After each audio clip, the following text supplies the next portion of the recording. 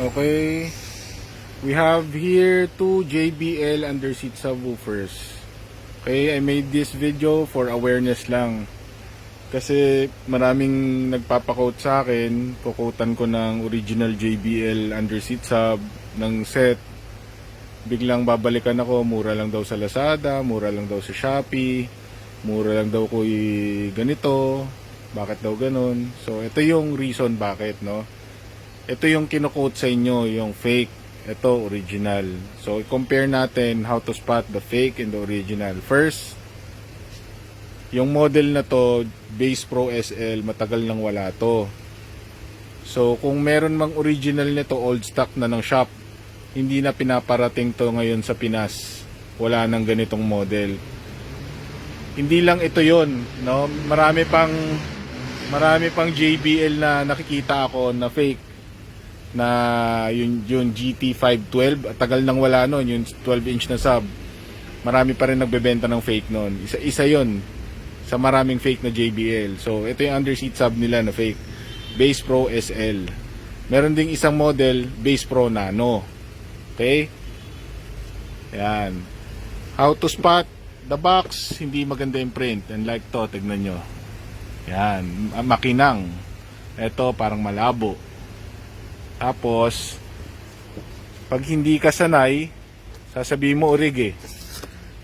Ayan. Pati yung accessories niya, yung mga foam. Yung foam puti rin. Puti rin to. Ngayon, yung manual, ganyan. O, yan, o. Yung orig may sticker, yung fake wala. Yung wire, yung high input ng orig, mas maganda yung wire. Tapos naka-solder yung dulo, yung fake wala. Ayun, hindi naka-solder yung dulo. Yan. Tapos ideally, kung kukuha ka ng original na JBL or any other brand, always go for or bumili kayo sa authorized dealer, no? Yung mga authorized dealer ng JBL, listed naman yan, and ito yung hanapin nyo, yung may hologram.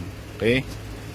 Tapos doon naman tayo sa product mismo. Ang JBL and other brands, no, well-known brands, mataas ang mga quality control niyan. Pioneer, JBL, Infinity, Alpine, etc., Focal, matataas ang quality control niyan. Pag nakita mo yung mga logos, yan, oh, pantay na pantay, di ba? Pantay na pantay. Yung fake, tignan nyo, tabingi. Ayan, tabingi. Hindi papasa sa quality control nila yan. Yung mga printing malabo. Ayan, katama yung printing malabo. Yung ayan, oh, yung LED light hindi makinis. Ito, yan, mga ganyan.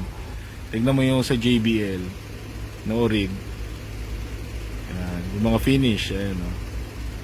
So yung mga details na yan, workmanship, makikita mo na kung orig or fake. Tapos sa mga terminals, gold, yan, makinang na gold. Yung fake, ayan, o, hindi makinang. Pati yung print, okay, yung mga print malabo yung fake.